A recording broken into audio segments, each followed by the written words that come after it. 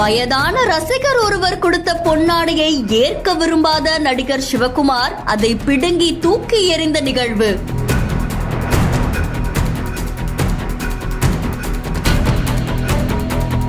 பழக்கருப்பையாவின் காலில் விழுந்தது ஏன்?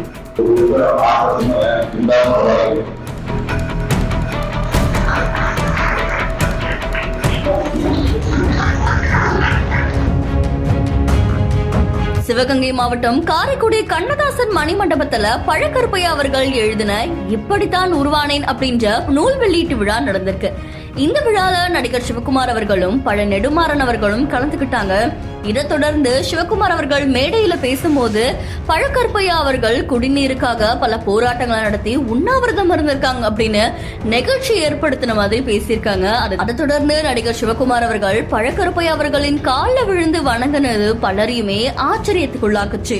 ஆனா கொஞ்ச நேரம் கழிச்சு நிகழ்ச்சி முடிஞ்சதுக்கு அப்புறமா மக்களுக்கு பிடிச்ச நடிகரா இருந்துட்டு வர நடிகர் சிவகுமார் அவர்களுக்கு ரசிகர் ஒருத்தர் அன்பா பொன்னாடை போர்த்து வரும்போது அது சிவகுமார் அவர்கள் வாங்கி கீழே போட்டது பலரையும் அதிர்ச்சிக்குள்ளாக்குனதோட பல கேள்விகளையும் எழுப்பிக்கிட்டு வருது.